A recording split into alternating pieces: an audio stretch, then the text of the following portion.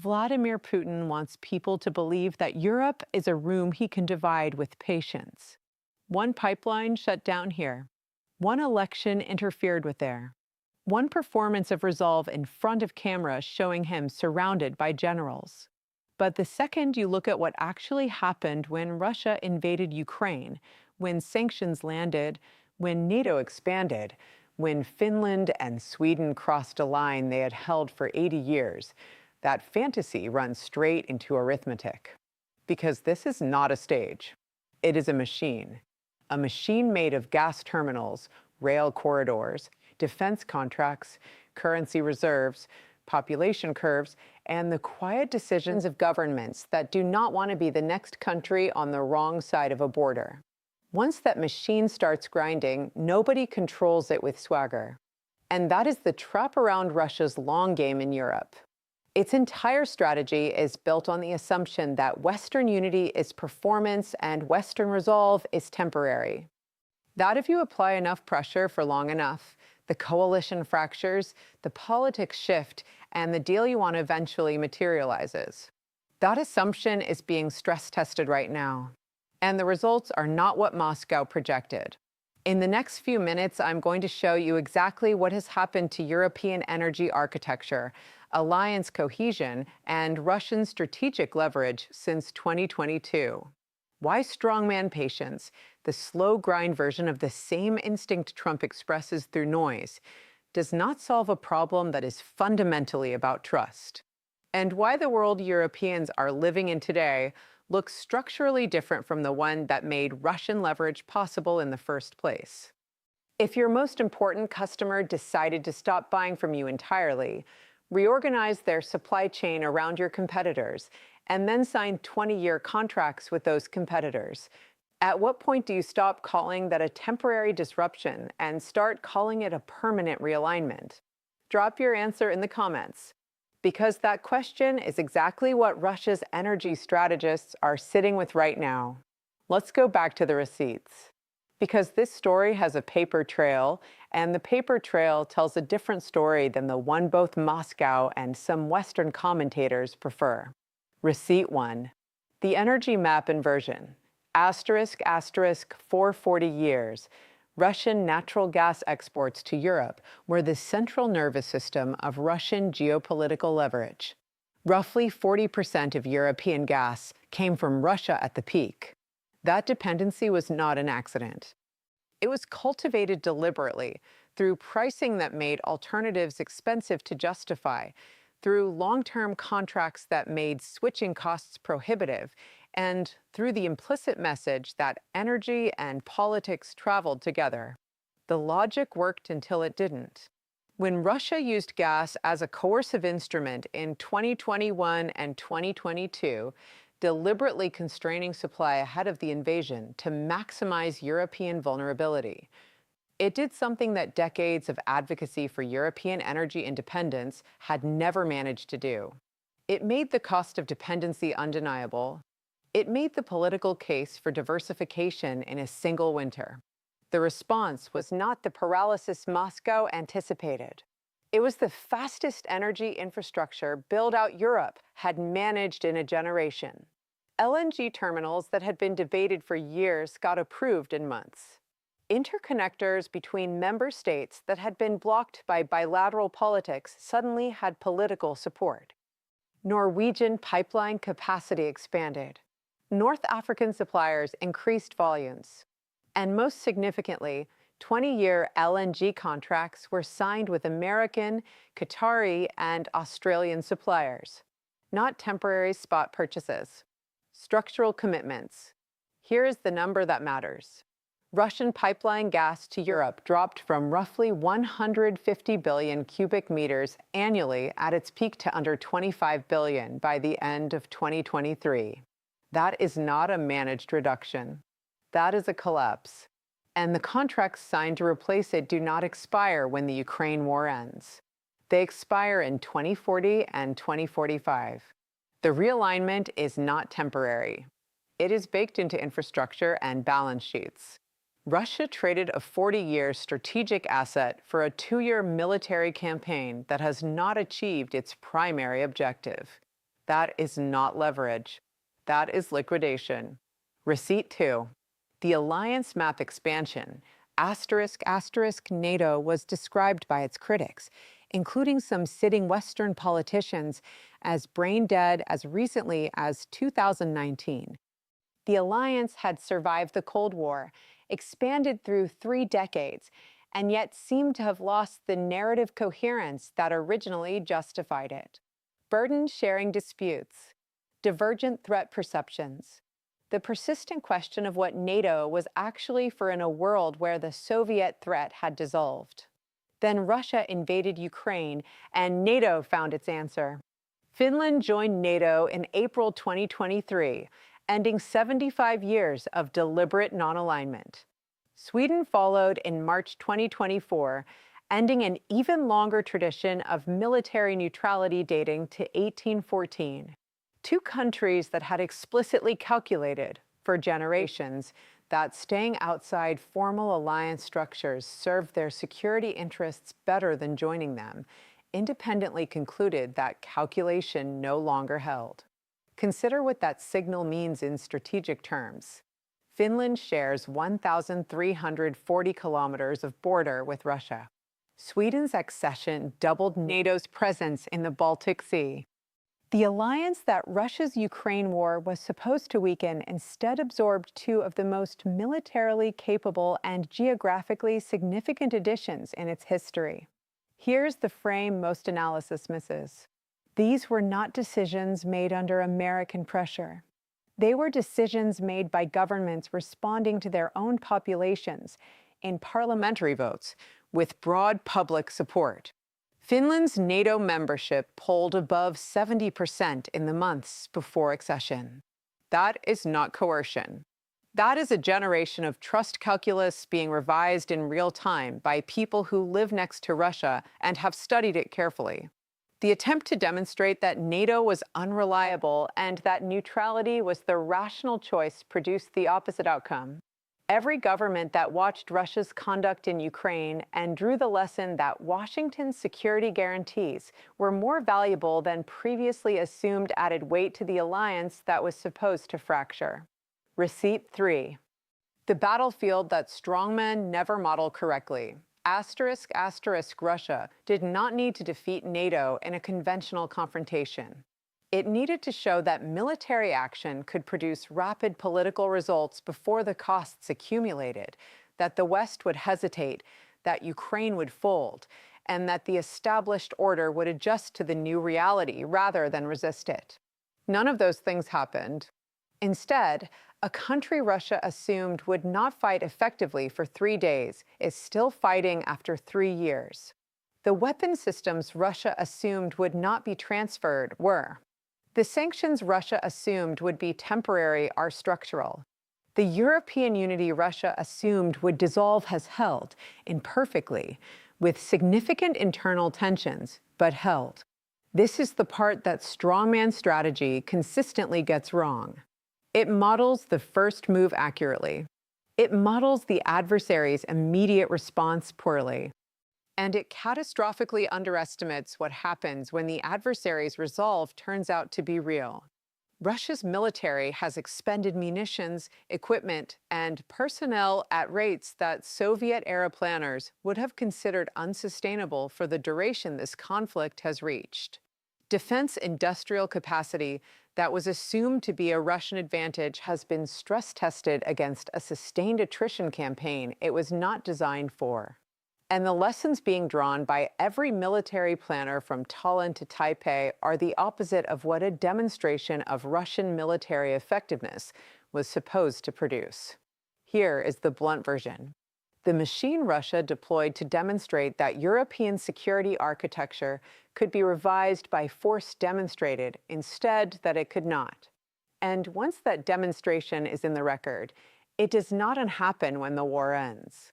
Now let me give you the analysis layer that most commentaries stop short of. The part about how this actually works when you strip away the flags and the rhetoric. Putin's strategic model, like Trump's in a different register, is built on a specific theory of Western psychology. The theory is that Western democratic systems are structurally incapable of sustaining resolve over time, that elections create discontinuity, that public opinion is managed by short-term economic comfort, that when the costs become visible and personal, coalition politics unravel and rational actors find ways to accept the reality the strongman has imposed. This theory is not invented from nothing. It has historical support. It describes accurately how several prior escalation cycles resolved. What it mismodels is the threshold condition. The theory works when the costs are ambiguous and the principle at stake is abstract. It breaks down when the demonstration of intent is stark enough and the principle at stake is concrete enough that populations draw their own conclusions independent of their governments. Finland's population did not need to be told by Washington that Russia was dangerous. They had a century of direct experience. Sweden's population did not need American pressure to reconsider neutrality. They watched Finland's calculation and made the same one. European governments did not need a US mandate to accelerate energy independence. They had just spent a winter being told explicitly that the gas supply was a weapon. When the strongman's demonstration is too clear, it destroys the very ambiguity that makes the strategy work. Russia's conduct in Ukraine was not subtle enough to keep the European calculation in the gray zone. It was demonstrative enough to force a binary choice. And when forced to choose, most of Europe chose the direction that made Russian leverage smaller, not larger. That is the strategic miscalculation at the center of the last 3 years. Not a tactical error, not a military failure. A fundamental misreading of how democratic systems respond when the threat is made visible and personal rather than distant and deniable. Now let me bring this to you directly, because I know the objection. This is European security policy. This is geopolitics at a scale that feels removed from daily life. Here is the transmission mechanism. Energy prices in Europe did not stay in Europe. When German industrial production contracted under energy cost pressure in 2022 and 2023, global supply chains that depended on German industrial output experienced it.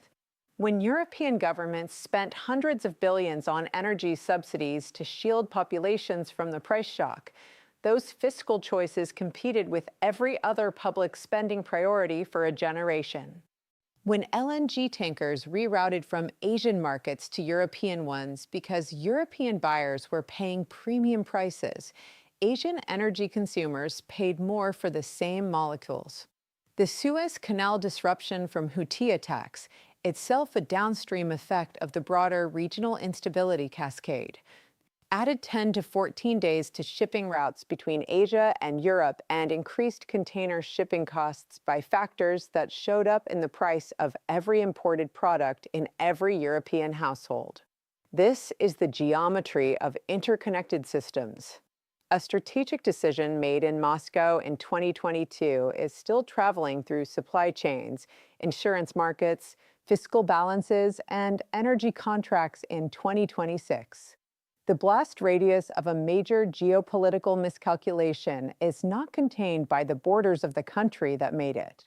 And here is the second-order effect that matters most for the long term. The companies and governments that reorganized their supply chains, their energy contracts, their defense procurement, and their alliance commitments in response to Russia's actions did not build those new structures temporarily. They built them to last. The LNG terminals are permanent. The interconnectors are permanent. The NATO memberships are permanent. The defense industrial investments are permanent. The realignment that Russia's strategy was supposed to prevent has already occurred. The question that remains is not whether it happened. It is how the party that triggered it adapts to a world it changed in ways it did not intend. Here's what that looks like across 3 scenarios. The first is managed stalemate. The Ukraine conflict reaches a frozen line, not a peace, but a cessation of active large-scale operations. Russia retains some occupied territory. Ukraine retains sovereignty and Western alignment. Neither side achieves its stated objectives. European security architecture remains on its post, 2022 footing. Russian leverage over European energy remains permanently reduced. This is the scenario that looks like a draw on a map and functions as a Russian strategic defeat in every dimension that matters over a 20-year horizon. The second is gradual reintegration on Western terms. A Russian government, not necessarily the current one, concludes that the costs of sustained confrontation exceed the benefits and seeks normalized economic relations with Europe. This is possible, but requires concessions on the territorial and political questions that current Russian leadership has staked its legitimacy on making non-negotiable. The window for this scenario narrows the longer the current configuration holds, because the alternative energy infrastructure being built has a 20-year depreciation curve that makes Russian gas progressively less economically competitive, even if it becomes politically available again. The third is the scenario that serious analysts are required to name, even though nobody wants to: escalation to a level where nuclear signaling becomes operationally relevant. This scenario does not require intent. It requires a chain of decisions, each locally rational, that cumulatively produce an outcome none of the parties designed. The history of major power conflicts contains enough examples of this dynamic that dismissing it as impossible is not analysis. It is comfort. The reason scenario 3 matters, even at low probability, is asymmetric consequence. The other two scenarios produce outcomes that are serious, economically costly, and politically complex. Scenario 3 produces outcomes that are categorically different. That asymmetry is why every government with nuclear awareness, whether or not they say so publicly, is keeping de-escalation channels open even while publicly maintaining maximum pressure positions. Here's the frame I want to leave you with. The deeper lesson from what has happened since 2022 is not about Russia specifically. It is about what happens when a strategic model built on exploiting the ambiguity and risk aversion of democratic systems is forced into clarity. Strongman strategy works in the gray zone. It works when the costs are diffuse, the principle is abstract, and the path of least resistance is accommodation. It breaks down when the demonstration of intent is stark enough that the other side's populations draw their own conclusions, and those conclusions harden rather than soften. Russia did not lose European trust gradually, through accumulated small grievances that might have been managed with skilled diplomacy. It lost it in a demonstrative act that made the threat concrete, personal, and undeniable for populations close enough to understand what it meant. Once that kind of trust is lost, it does not return on the timeline of one administration or one ceasefire agreement. It returns, if it returns, on the timeline of institutions rebuilt, contracts honored across years, and a generation that did not experience the original rupture making its own recalculation. That is the real cost of strongman strategy when it overreaches. Not the battlefield losses, not the sanctions, the permanent revision in how the countries nearest to you calculate their security. That revision is already in the record, and the machine built in response to it is already running. So here are the questions worth sitting with. Did Russia's strategy ever seriously account for the possibility that demonstrating military intent clearly enough would accelerate the European integration it was trying to prevent? Or did it miscalculate the threshold at which ambiguity stops working? Is what we are watching the beginning of a genuinely multipolar security order, or the consolidation of a Western-aligned one with more members and higher resolve than before? And did Russia lose leverage because the West got stronger, or because Russian strategy destroyed the very dependencies that made Western hesitation rational? Drop your answer in the comments. I read every one. And subscribe, because the next chapter on Hormuz, Baltic security, and where the remaining Russian leverage actually lives is coming fast. Don't look away. End.